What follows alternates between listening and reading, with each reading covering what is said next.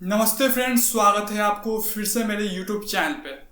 दोस्तों, Canada government ने जो है एक नया रूल जो है वो लागू किया है इंटरनेशनल स्टूडेंट्स के लिए, यानी कि जितने भी स्टूडेंट जो फॉरेन से कनाडा में पढ़ाई करने के लिए जाते हैं उनके लिए जो है एक नया रूल कनाडा गवर्नमेंट ने लागू किया। और यह रूल यह है कि जितने भी फॉरेन स्टूडेंट्स हैं जो वहाँ पढ़ाई करने के लिए जाते हैं वो वीक में 24 आवर से ज़्यादा जो है वो काम नहीं कर पाएंगे।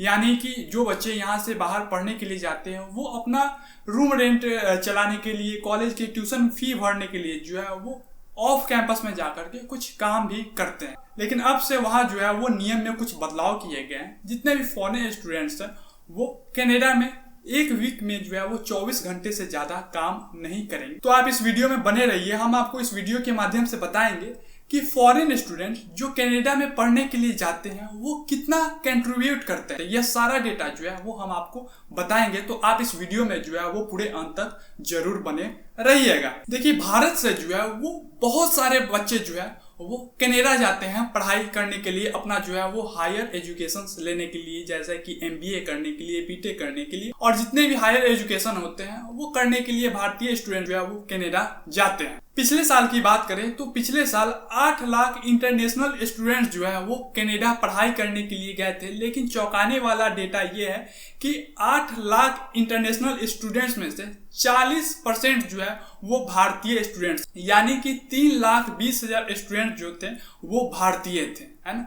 8 लाख इंटरनेशनल स्टूडेंट्स कनाडा पढ़ाई करने के लिए गए थे, जिसमें से 3,20,000 जो है वो भारतीय स्टूडेंट्स। ये पिछले साल की डेटा है जो कि काफी ज्यादा चौंकाने वाला है। कहने का मतलब ये हो गया कि भारतीय स्टूडेंट जो है वो काफी ज्यादा दिलचस्पी दिखाते हैं कनाडा में जाकर के पढ़ने के लिए। देखिए, फॉरेन स्टूडेंट्स जो कनाडा में पढ़ाई करने के लिए जाते हैं वो लगभग 22.3 बिलियन डॉलर जो है वहाँ के इकोनॉमी में कंट्रीब्यूट करते हैं। यानी कि इतने सारे जो स्टूडेंट्स वहाँ पे पढ़ाई करने के लिए जाते हैं तो हर एक साल लगभग 22.3 बिलियन डॉलर जो है वहाँ पे कंट्रीब्यूट करके और चले आते हैं। देखिए, इंटरनेशनल स्टूडेंट जो कनाडा में पढ़ाई करने के लिए जाते हैं वो हर एक साल 8 लाख रुपया वहाँ के कॉलेज में ट्यूशन फी के लिए जो है वो भरते हैं। अगर हम लोकल कैंडिडेट्स की बात करें तो लोकल कैंडिडेट्स जो है वहाँ पे 2 लाख रुपया ही जो है वो एनुअली ट्यूशन फी में भरते हैं। देखिए, यह फी जो है वो रुपया के वैल्यू पे भी डिपेंड करता है। यानी कि नेपाल से स्टूडेंट जो वहाँ पे जाते हैं तो ऑब्वियस सी बात है कि बहुत ज़्यादा जो है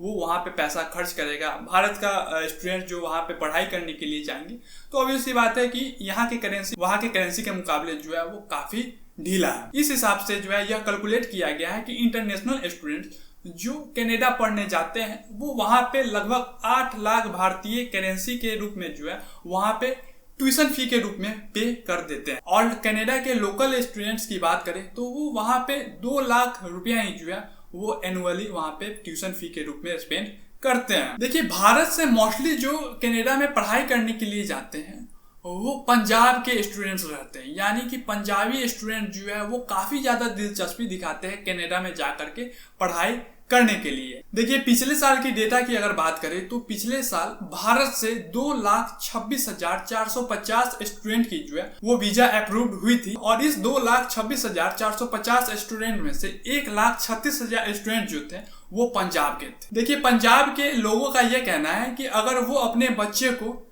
कनाडा पढ़ाई करने के लिए भेजते हैं तो उन्हें जो है वो लगभग 60 से लेकर के 70 या फिर 80 लाख रुपए की जरूरत होती है। यानी कि 60 से लेकर के 80 लाख रुपए उनके पास होंगे तभी उनके बच्चे जो है वो कनाडा पढ़ने के लिए जाते हैं, क्योंकि इतना रुपया जो है वो कनाडा में पढ़ाई करने के दौरान लग ही जाते हैं। तो इस आंकड़ा को अगर मिला लिया जाए तो यहाँ से यह डेटा निकल करके सामने आता है कि अकेले पंजाब ही जो है वो 68,000 करोड़ रुपया जो है वो कनाडा के इकोनॉमी में कंट्रीब्यूट करता है। लेकिन कनाडा में ऐसा बात नहीं है कि सिर्फ अमीर पंजाबी लोग ही जाते हैं या फिर अमीर इंडियंस लोग ही जाते हैं, ऐसा बात नहीं है। बहुत सारे ऐसे स्टूडेंट होते हैं जो मिडिल क्लास परिवार से होते हैं और वो कनाडा पढ़ाई करने के लिए जाते हैं। उनके पास ज्यादा पैसा नहीं होता है तो वो जो है ऑफ कैंपस में जॉब कर लेते हैं। यानी कि पढ़ाई के साथ साथ जो है वो वहाँ पे जॉब भी करते हैं, ताकि जो जॉब से पैसा है तो उस पैसे से जो है वो पढ़ाई में या फिर रूम रेंट में जो है वो खर्च करते हैं। लेकिन अभी कनाडा में जो है वो नियम में बदलाव किया गया है। नियम अब यह लागू कर दिया गया है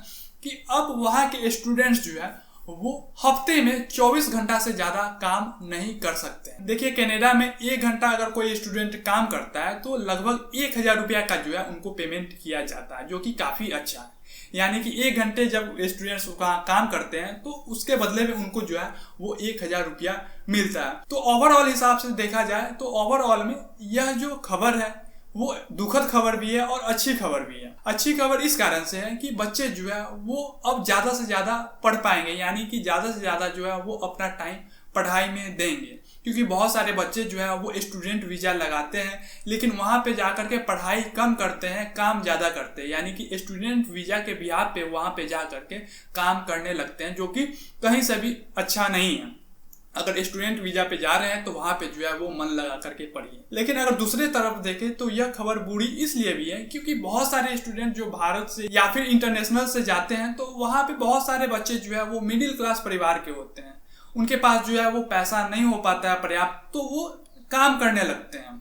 और जब काम करते हैं वहां से जब उनको पैसा मिलता है तो जो है वो ट्यूशन फी भरते हैं या फिर रेंट भरते हैं और अपना जो है वो दिनचर्या को जो है वो चला पाते हैं। तो बुरी खबर इस तरह से भी है कि मध्यम वर्गीय परिवार के लिए जो है वो बहुत ज्यादा बर्डन हो जाएगा, क्योंकि वहां पे जो है अब लिमिट लगा दी गई है कि एक हफ्ते में 24 घंटे से ज्यादा जो है वो काम वहां पे स्टूडेंट नहीं कर पाएंगे। अब हम अंत में आपसे एक छोटी सी रिक्वेस्ट करेंगे कि यह जो हम आपको खबर बताए हैं कि कनाडा की गवर्नमेंट ने जो है वो कैप लगा दी है, लिमिट लगा दी है कि एक हफ्ते में 24 घंटे से ज्यादा वहां पे स्टूडेंट काम नहीं कर पाएंगे। इस सारे बातों पे आपकी क्या राय है, आपकी क्या विचार है, क्या थॉट्स है?